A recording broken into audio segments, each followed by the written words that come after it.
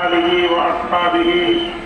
ومن تبعهم ودعا بدعوتهم إلى يوم الدين أما بعد أعوذ بالله من الشيطان الرجيم بسم الله الرحمن الرحيم ولا تركنوا إلى الذين ظلموا فتمسكوا النار صدق الله العظيم বাংলাদেশ খেলাফত মজলিস ঈশ্বরগঞ্জ থানা শাখা কর্তৃক আয়োজিত আজকের এই পথসভায় উপস্থিত সংগ্রামী সভাপতি কেন্দ্রীয় জেলা ও থানা নেতৃবৃন্দ, আজ আসলে আমাদের এখানে নির্ধারিত কর্মসূচি ছিল না, সংক্ষিপ্ত সভা হওয়ার কথা,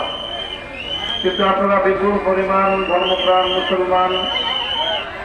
আমাদের আজকের এই সমাবেশে উপস্থিত হয়েছেন।